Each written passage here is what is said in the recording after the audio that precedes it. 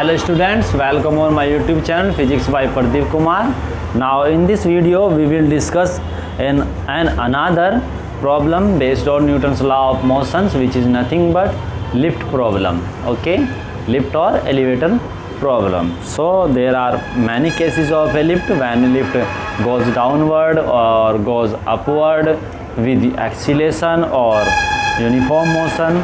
तो हम इन सभी केसेस को इस टॉपिक में इस वीडियो में क्या करने की कोशिश करेंगे, डिस्कस करने की कोशिश करेंगे और आप देखेंगे कि किस प्रकार से हमारा वेट यहाँ पर क्या होगा वैरी करता है और इस पर बेस्ड प्रॉब्लम्स भी एग्ज़ाम्स में पूछ ली जाती है।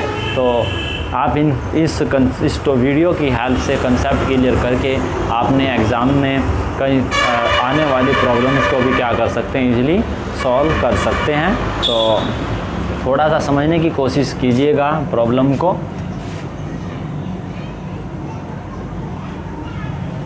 प्रॉब्लम नंबर सेकंड,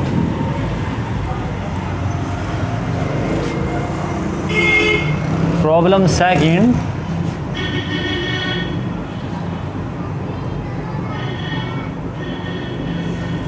लिफ्ट और elevator problem.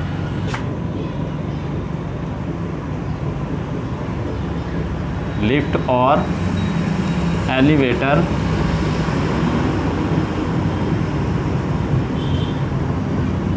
Problem. Okay, lift और एलिवेटर प्रॉब्लम और apparent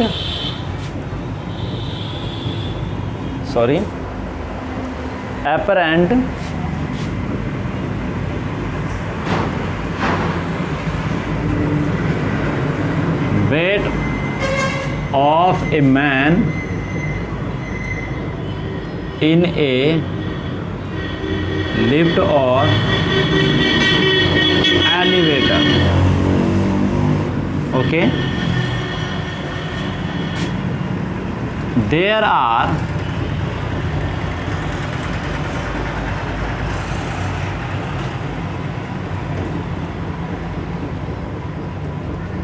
three important cases.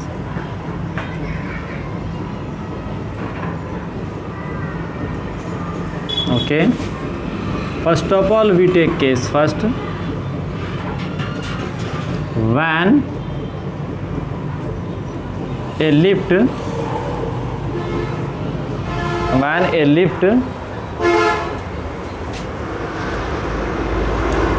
is at rest,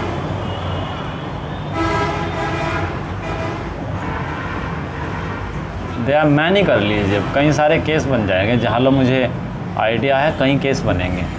is at rest, then what happen, check it.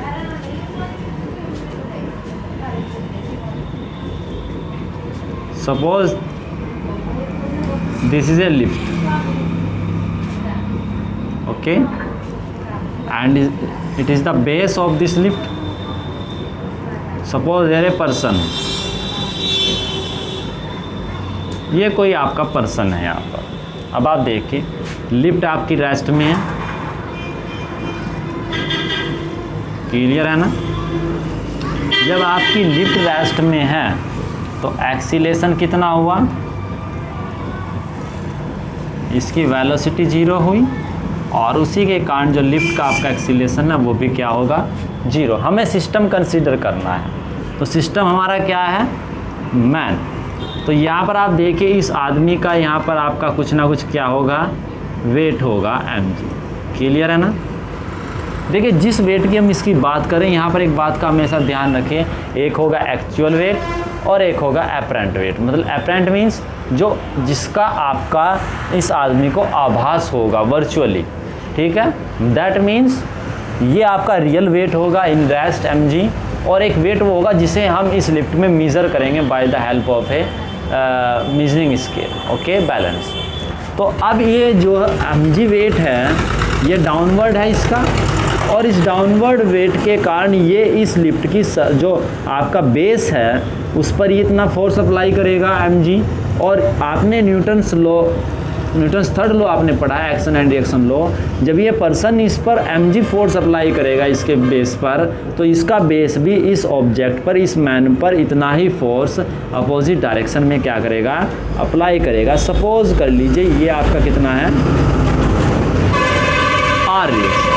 तो यहाँ पर आप देखिए कि इस ऑब्जेक्ट पर, इस पर्सन पर 2 फोर्सेस काम कर रहे हैं। एक mg ड्यू टू अर्थ जो इसे अपनी ओर अट्रैक्ट कर रहा है, दूसरा आपका इसकी जो आपका बेस है एलिवेटर का या लिफ्ट का, उसके कारण जो रिएक्शन काम कर रही है इस पर वो r है। तीसरा क्या काम करेगी, ये आपकी रेस्ट में है। तो अप्लाई कीजिए, अप्लाइंग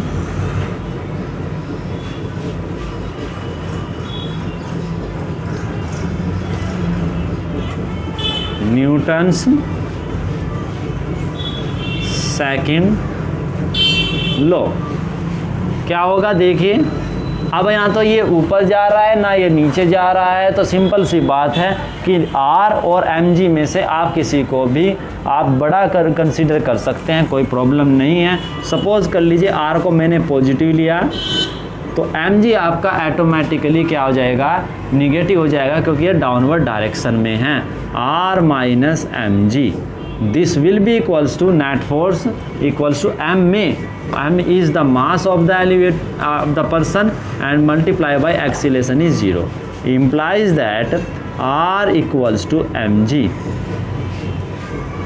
अब जो यहाँ पर यदि आप एक बैलेंस पुट कर दे इस पर्सन के फुट्स के नीचे, तो आपका जो यहाँ पर मास मेजर्ड होगा वो मास वो होगा जो ये आपका बैलेंस इस पर एक रिएक्शन अप्लाई करेगा। दैट मीन्स जो आपका अपरेंट वेट होगा लिफ्ट में वो आपकी क्या होगी, रिएक्शन होगी। That is in this case apparent wait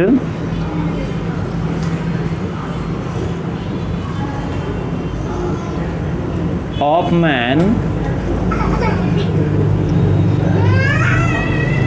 is same as the actual weight mg। तो इस केस में आप जैसा डेली लाइफ में करते हैं कि बैलेंस आपका रेस्ट में रहता है और एक पर्सन उस पर अपना वेट मेज़र करता है, तो वहाँ पर उसका जो एक्चुअल वेट है वही बैलेंस आपका शो करता है। But in another case, case second, when the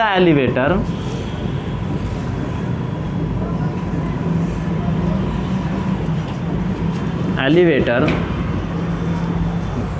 when the elevator is moving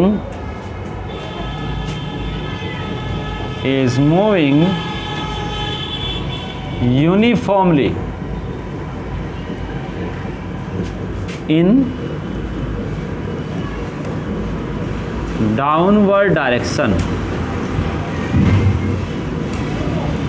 okay, then what happen, देखिए अब की बार क्या होगा कि जो आपका एलिवेटर है या लिफ्ट है, सपोज कर लिए यहाँ पर ये कोई पर्सन है और इसका जो एक्चुअल वेट है वो डाउनवर्ड होगा mg, और इसके कारण एक रिएक्शन काम करेगी जो r होगी, और ये यूनिफॉर्मली मूवमेंट कर रहा है, तो ये v आपका बन गया कांस्टेंट। तो किधर की ओर मूव कर रहा है, डाउनवर्ड। जब v कांस्टेंट है तो एक्सीलरेशन कितना हो गया, 0। क्लियर है ना। तो चलिए यहाँ पर अप्लाई कीजिए। तो जब यहाँ आप अप्लाई करेंगे तो चूँकि ये डाउनवर्ड मूव कर रहा है, तो हम ये अपने प्रॉब्लम को सिंप्लीफाई करने के लिए, आसान करने के लिए हम यहाँ मानकर चलते हैं कि डाउनवर्ड तभी जाएगा जब mg क्या होगा, लार्ज होगा। तो सपोज करिए आपका mg लार्ज है, तो mg will take positive and r will be negative because it's in the opposite direction and equals to net forces ही हो गए आपके।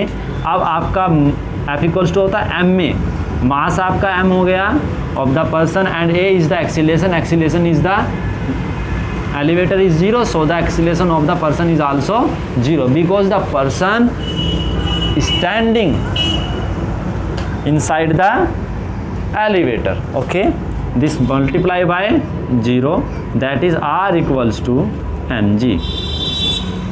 This is the same case, that is In this case, the apparent weight of man is same as the actual weight. And case third, also when the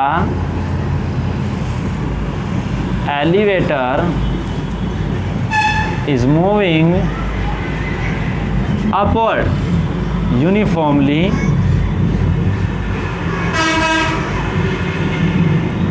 in upward direction, then तो अब ये जो elevator है ये आपका downward move ना करके कैसे मूव करेगा, अपवर्ड डायरेक्शन। सपोज करिए यहाँ पर, तो ये आपका अपवर्ड डायरेक्शन में मूव करेगा, बट v क्या है आपका कांस्टेंट, क्योंकि यूनिफॉर्म क्या दिया गया है, जब कांस्टेंट है तो एक्सीलरेशन कितना होगा, 0। तो ये डायग्राम बनाइएगा इसमें। अब अप्लाई करिए, क्योंकि अपवर्ड जा रहा है तो r ज़्यादा होना चाहिए, तो सपोज करिए r ज़्यादा है तो r minus mg net force, तो ये हो गया। और according to Newton second law net force F equals to ma, m is the mass of the person and multiply by acceleration is 0, that is r equals to mg. That means in this case also the apparent weight of the person is same as the actual weight। मतलब ये हुआ कि यदि आपका lift या balance की यदि बात करी जाए यूनिफॉर्मली मूवमेंट कर रहा है, तो उस कंडीशन में आप जिस पर्सन का वेट मेज़र करेंगे उसके वेट पर कोई इफेक्ट नहीं पड़ेगा, उसका वेट आपका सेम एज वही होगा जो आपका रेस्ट में बैलेंस पर होता है। ठीक है ना, तो चलिए नोट कर लीजिए इसे।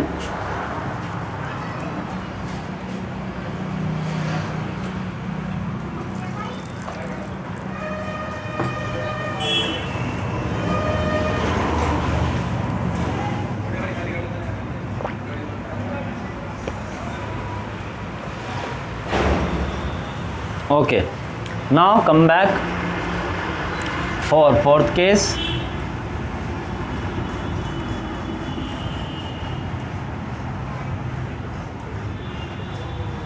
When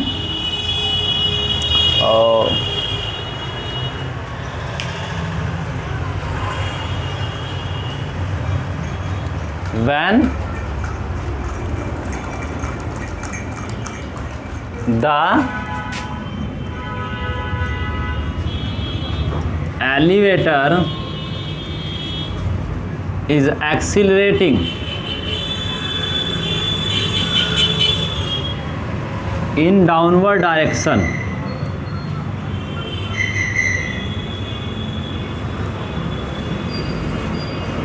then सपोज कीजिए कि एलिवेटर आपका ये है और इस कंडीशन में आपका एलिवेटर जो है डाउनवर्ड क्या कर रहा है, एक्सीलेट कर रहा है। सपोज कीजिए कि इसका एक्सीलेशन आपका कितना है, a है।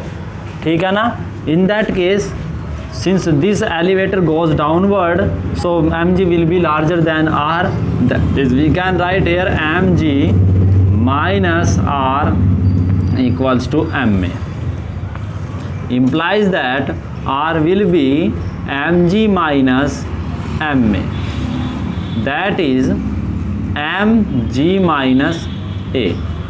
So we can say that r will be less than mg, r will be less than mg, that is in that case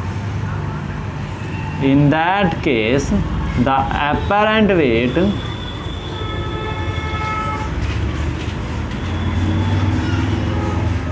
of a man will be smaller than actual weight,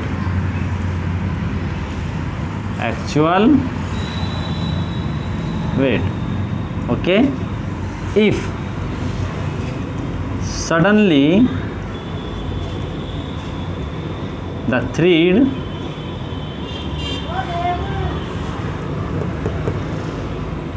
this thread है ना, the thread of lift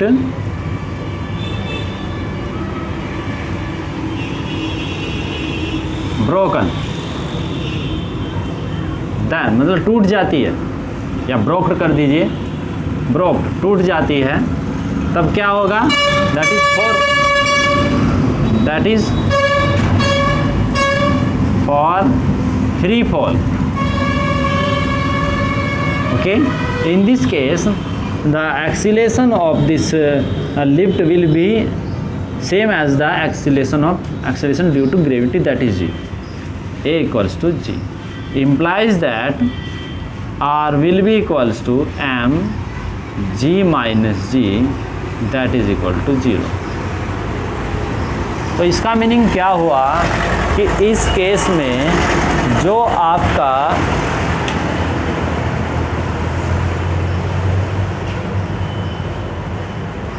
that means इस case में जो आपका apparent wait होगा, जो आपको महसूस देगा, वो आपका 0 होगा। देखिए जैसे ही आप ऊपर से जंप करेंगे तो ऊपर से जंप करने की स्थिति क्या होती है, आपकी फ्री फॉल की होती है।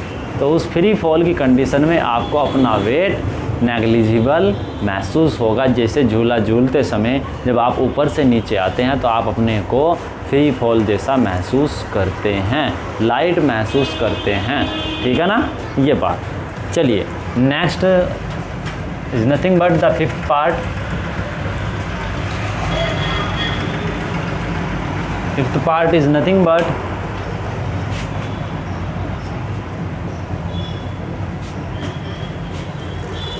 when the lift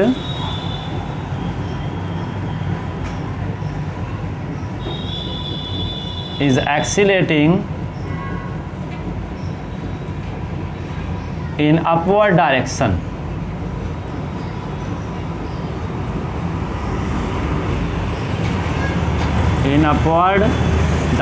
apply Newton second law. जब ये अपवर्ड डायरेक्शन में जाएगी r will be larger than mg simply, and this will be equals to ma, that is r equals to mg plus ma, and m becomes common, that is g plus a. So we can say that in that case apparent weight of man will be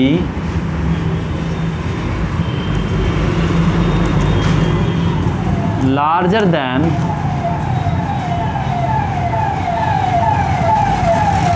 actual weight।